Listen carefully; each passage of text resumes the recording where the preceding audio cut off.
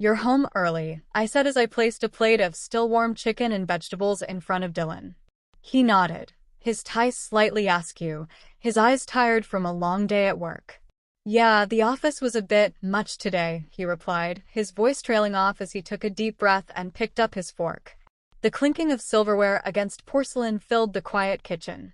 I watched him carefully, noticing the way his hand hovered over his plate before finally digging in. To me, was something different about him tonight. A heaviness in his movements that I hadn't seen in a while. I decided to wait, to let him tell me in his own time. "How was your day, love?" Dylan asked, his eyes briefly meeting us before returning to his meal.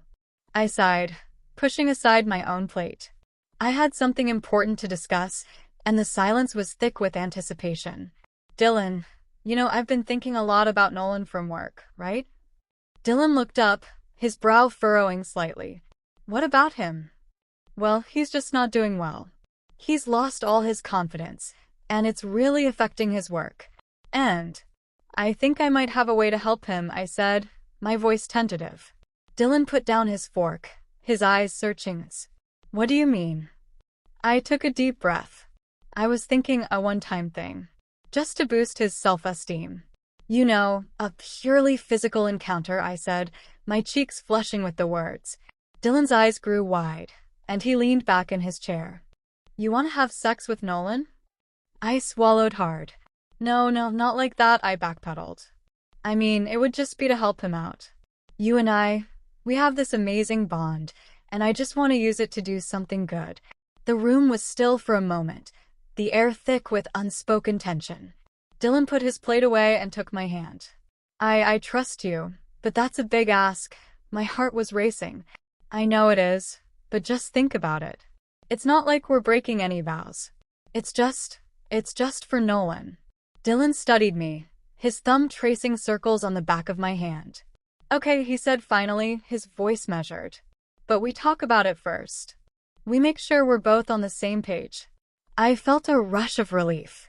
Maybe this was the start of something good, a chance to help someone who needed it, without ruining what we had. But as I looked into Dylan's eyes, I couldn't shake the feeling that I was opening a door that might never be able to be closed again. And this is how I dug my own grave, and now I believe in the quote, "Play stupid games and win stupid prizes." I am Emma 30F sharing my story with you guys. Looking back, it all seems so simple. Dylan and I met at a coffee shop, both of us drowning in our work, searching for a little caffeine-induced sanity. He was a few years older, established in his career, while I was still finding my footing. We clicked instantly, bonding over our shared love for jazz and our mutual disdain for the office politics that seemed to plague both our lives. His family was skeptical at first. I wasn't exactly what they had in mind for their golden boy, but his stubbornness matched my own, and we pushed through. The wedding was small but beautiful, filled with the warmth of friends who knew our hearts were in the right place. We built a life together that was strong and steady, like a ship cutting through choppy waters. We took turns steering the ship, balancing careers, a home. We decided not to have kids. Our love was a beacon, guiding us through the storms that life threw our way. We were partners in every sense of the word, supportive, understanding, and deeply devoted to each other. But as the years passed, the waters grew calm, and the horizon grew a bit too predictable. That's when the idea of helping Nolan began to take root in my mind. It was a wild seed, planted by pity and a desire to make a difference. Nolan had always been a bit of a sad soul at work. Quiet, tall, and very muscular guy with a shy smile that didn't quite reach his eyes. He was a talented guy, but you could tell he didn't believe it. Then one day, he broke down in the office, sharing how his girlfriend had cheated on him and left him feeling like he wasn't enough. It was heartbreaking to see someone so lost, so unsure of his own worth. It was then that I had the idea, a way to help him rediscover his confidence, to make him feel like a man again. Knew it was a gamble, but I truly believed that a single, purely physical act could change Nolan's trajectory. Coming back to that night that destroyed my life, I continued persuading Dylan to accept my proposal. "Dylan, I know this is going to sound crazy, but hear me out. Nolan's been through hell. He's at rock bottom. If I could just give him one night where he feels like he's got it all together and feel like a man again, maybe he'll start to believe it. Dylan listened, his face a mask of confusion and concern. I watched as he processed the words, his mind racing with the implications. Emma, but this is a big deal. This isn't just about Nolan. It's about us too. The room was filled with the scent of our meal, a sweet and savory aroma that now felt tainted by the heavy silence between us. I could see the wheels turning in Dylan's head, and I waited, hoping he'd see the logic in my proposal. We've talked about boundaries before, I said softly. We've always been so open with each other. This is just one more way we can help someone in need. Dylan took a deep breath, his eyes never leaving mine. Okay, he said, his voice a whisper. The tension in the room was palpable, a tightrope stretched thin between us. I nodded, eager to show him that this wasn't about betrayal or desire for someone else. It was about compassion, about giving someone the boost they needed to get back on their feet. I promise, I said, leaning in to kiss him. It's just to help Nolan. Dylan pulled away, his eyes searching mine. Just remember, this isn't a game. This is real life. And once you start playing with fire... I nodded solemnly, my heart racing with a mix of excitement and fear. I know, I said, taking his hand. But I believe in us. I believe we can handle this. And with that, we stepped into the unknown, hand in hand, ready to navigate the murky waters of a decision that would either be our salvation or our downfall. The phone call to Nolan was a blur of nerves and excitement. My voice trembled as I spoke, the words tumbling out in a rush. Nolan, it's Emma. I talked to Dylan, and he agrees to let me help you. There was a moment of stunned silence on the other end before he finally managed to get out a disbelieving laugh. You're serious? Yes, I said, trying to sound more confident than I felt. We just want to make sure you're comfortable with it too. And it's only if you want to, of course. Nolan's voice grew more serious. Am I can't believe this. You guys are wow. There was a pause, and I could hear the hope rising in his voice. But are you sure? Both of you. Positive, I said, trying to sound as reassuring as I could. We talked it through, and we're both on the same page. It's just one night. Nothing more. This weekend. Nolan's voice was a mix of excitement and disbelief. Yes, I replied, trying to keep the tremble out of my voice. Your place, it will be fun, I said with excitement. Days passed, and the anticipation grew heavier with each tick of the clock. In the office, Nolan and I would exchange knowing glances that made my stomach flutter. The sexual tension between us had transformed from a simmer to a full-on boil, and every brush of his hand against mine sent a jolt of electricity through my body. The air was thick with the promise of what was to come, and every meeting we had together felt charged with a new energy. Dylan, however, grew distant.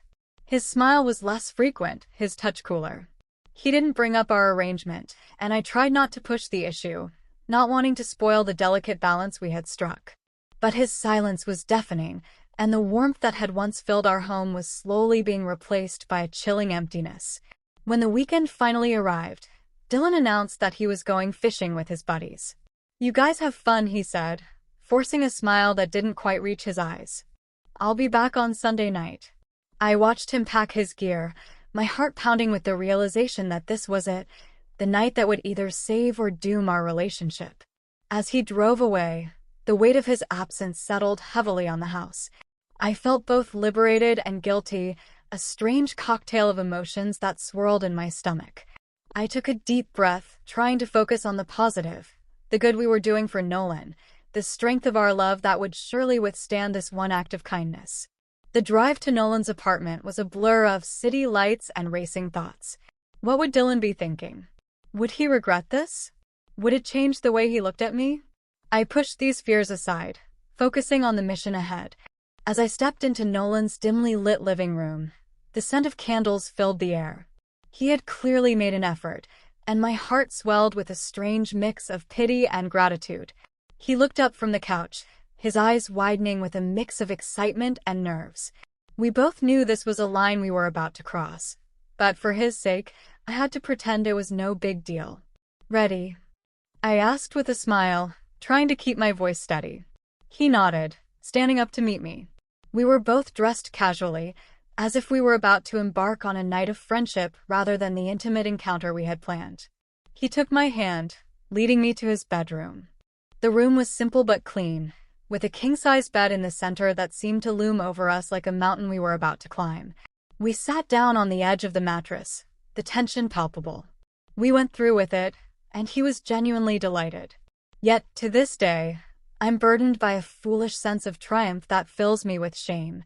I texted Dylan that I wouldn't be returning until Sunday, knowing he wouldn't be back from his trip. The lie felt like a knife in my gut, but I justified it as a necessary part of the experiment. I told myself it was for a noble cause, that Nolan needed this more than Dylan needed to know. Dylan saw my texts, but didn't respond. I thought it was not a big deal, but in reality my husband was plotting something against me that I came to know later. The night with Nolan was a blur of whispers and gentle touches. He was so appreciative, so hungry for affection that it was almost painful to watch. And yet, as the night went on, I found myself enjoying it more than I had anticipated. His neediness was strangely comforting, a stark contrast to Dylan's stoicism. But as the dawn broke, I knew I had to end it. I whispered into his ear, "It's a one-time thing, Nolan. Remember, we're just friends." His smile was a mix of relief and disappointment, but he nodded, understanding the boundaries we had set. On Sunday, I drove home with a heavy heart, feeling both guilty and satisfied. As I pulled into the driveway, the sight of our little house brought a rush of love for Dylan. I needed to make things right, to reassure him that this was just a fleeting act of kindness. I stepped inside, my heels echoing against the hardwood floor. "Dylan." I called out, my voice a little too bright. The silence was deafening. The house was eerily empty, and it hit me like a sledgehammer. Most of the furniture was gone. The living room that once held our laughter and love now looked like a staged showroom. Only the bed remained, a stark reminder of our shared past and the promise we had made to each other. My heart raced as I climbed the stairs, each step feeling like a betrayal. In the bedroom, my eyes fell upon the cold, white envelope. It lay on the pillow where Dylan's head used to rest, mocking me with its starkness against the dark sheets. I reached out, trembling, and picked it up. The words, "divorce," were scrawled in the document, and a letter from Dylan. My knees buckled, and I crumpled to the floor. The letter fluttered open, revealing page after page of his pain and anger. Each word was a knife, slicing through the delusion I had built around our solution. My scream pierced the silence of the house. "Dylan, come back." I sobbed, clutching the paper to my chest. "I know you love me, and I love you." This was just one night. But the echo of my voice was the only reply. I bolted through the house, searching for any sign of him, my mind racing with desperation. The emptiness of the rooms taunted me, a silent accusation of what I had done. The walls that had once held our secrets now felt like they were closing in, whispering of the betrayal I had brought upon us. I tried to call him, my fingers shaking as I dialed his number, but his phone was switched off. The cold digital silence was a mirror of the coldness that now filled our home. Panic set in, and I sent text after text, my words tripping over each other as I begged for his understanding. "Dylan, please talk to me," I typed, my thumbs flying over the screen. I didn't mean for this to happen. I just wanted to help Nolan. But his phone was switched off. In a desperate attempt to find some semblance of control, I called the lawyer's number on the divorce notice. A stern voice answered, confirming the worst. Dylan had indeed removed his name from the lease and paid the rent for the next 3 months. It was as if he had been preparing for this moment, waiting for me to trip and fall so he could cut the strings that had bound us together. For the next few days, I barely left the house. The phone bills piled up, a stark reminder of the life we had built together. Each time the phone rang, my heart leaped with hope that it was him, only to be met with the cold silence when I picked up. My job was my only escape, the mundane tasks a numbing routine that kept the reality at bay. Yet even there, the whispers of my colleagues stung like acid, their knowing looks burning through me like a brand. I tried to reach out to Nolan, hoping he would be my ally in this mess, maybe even give me a little something from the inheritance he had received, a small token of his gratitude for what I had done for him. But every time I called, he was conveniently unavailable. The same went for our office interactions. He'd avoid me like I had the plague, his eyes darting away whenever our paths crossed. His cold shoulder was a slap in the face, the kind that stung long after the initial shock had worn off. Dylan's absence was a gaping wound that I couldn't ignore, no matter how much I threw myself into work or tried to fill the void with mindless TV. His scent lingered in the bedroom, a taunting reminder of the warmth that used to envelop me every night. The only time I saw him was in the cold, sterile environment of our lawyers' offices, where we exchanged barbs and accusations like they were the last breaths we'd ever take. The love that had once filled our eyes was replaced with anger and disgust, a toxic brew that seemed to seep into the very fabric of our existence. I sat in the empty living room, the silence a deafening roar, and thought back to the night I had made the decision to help Nolan.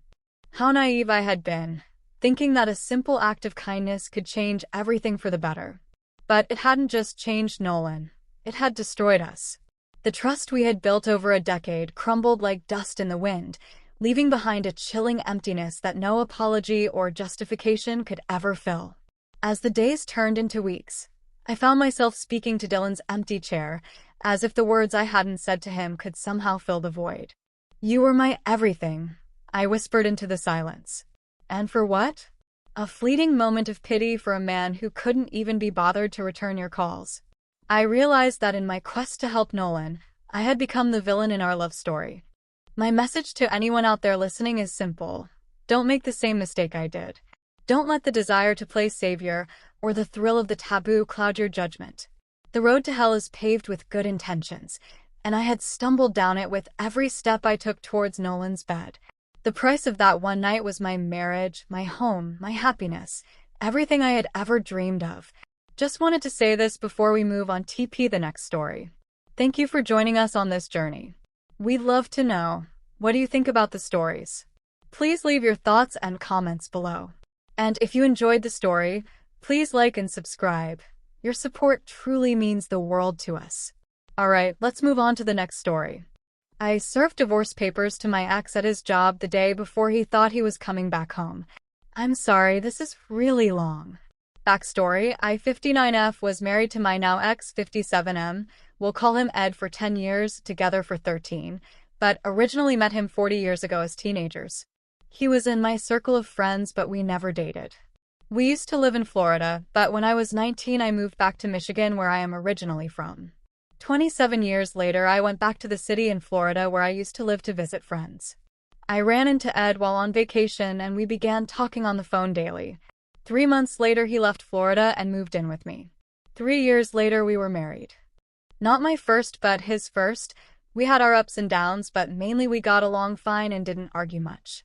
He would throw tantrums if things didn't go his way and would punish me by sleeping on the edge of the bed, which was fine with me, or he would not talk to me and slam things. 2 years into our marriage, things went horribly wrong when he got into drugs. It was horrible.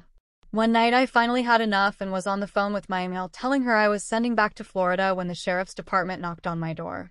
Someone had found my husband unconscious, severely beaten, in a ditch a block from our house. We lived in a small village with woods across the street. I raced to the hospital and didn't recognize him when I saw him. He was so swollen and bruised. Now, my husband was a man who could fight and he was strong. Come to find out, it took 3 men to do this. They thought they could rob him since it was payday, but he had been home and purposely left his wallet at home. I sat with him 24/7 while he was in neuro/trauma ICU. I slept on a couch in his room. I prayed over him. I bathed him and took care of him even after he came home. This actually saved his life.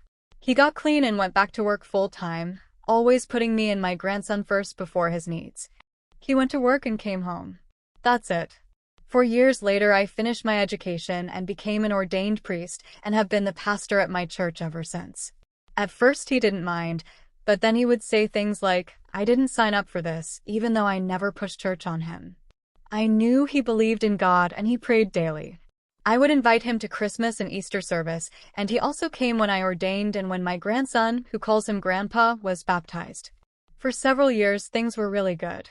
Then suddenly he began coming home from work, showering, changing clothes, and leaving.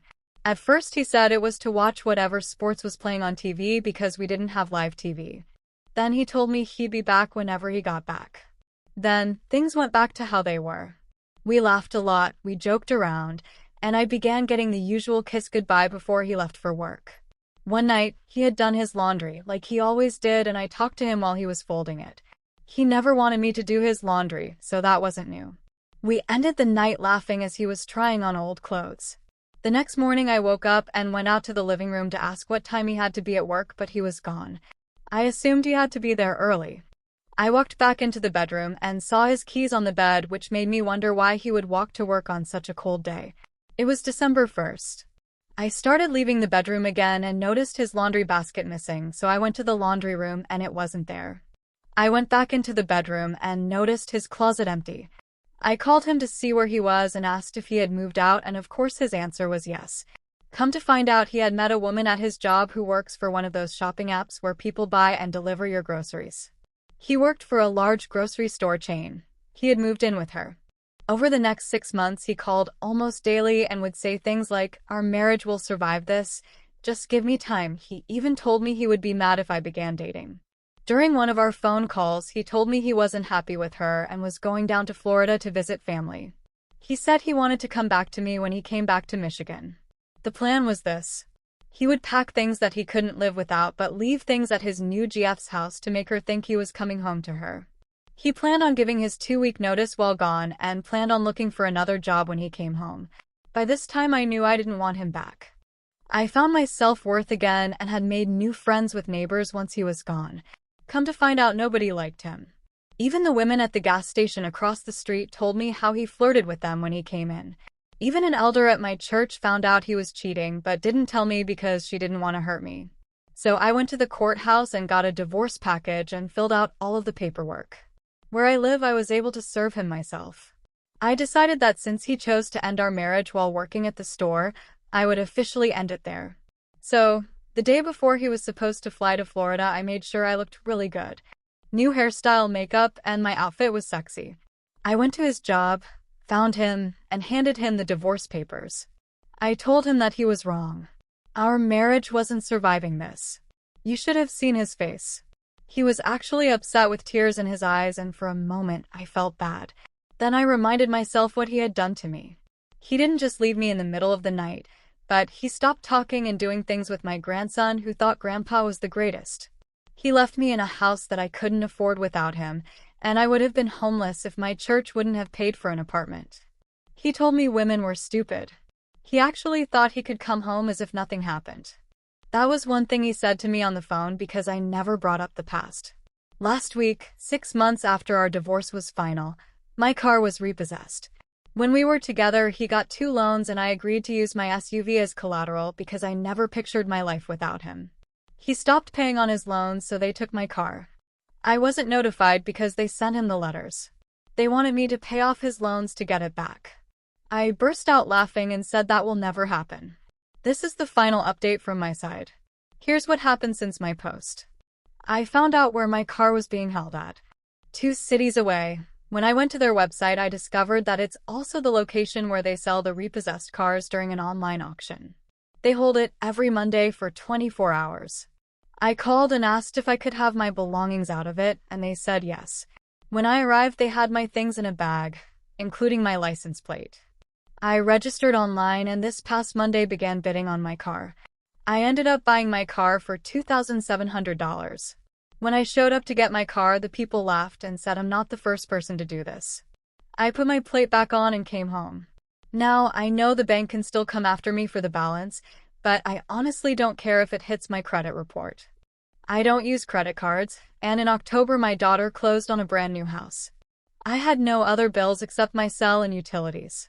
I'm now living with her and my grandson. I was lucky enough to have enough time in to retire when my muscular dystrophy began causing more health issues, and that money goes to my other bank. My MIL was happy to give me his new address so I can sue my ex for my half of our income tax return that he kept last year. She's even having us, me, daughter, grandson, stay with her when we visit Florida during my grandson's spring break. She's still calling Ed's GF Teresa, Trina, Tracy, everything except her name, which does start with the letter T. I love this woman. Your journey is a testament to the power of self-love and resilience. While the road has been difficult, You've emerged as a stronger, more empowered individual. Keep focusing on your goals, your faith, and the people who truly care about you. You've already taken the hardest steps. Now it's about continuing to move forward and embracing the life you deserve.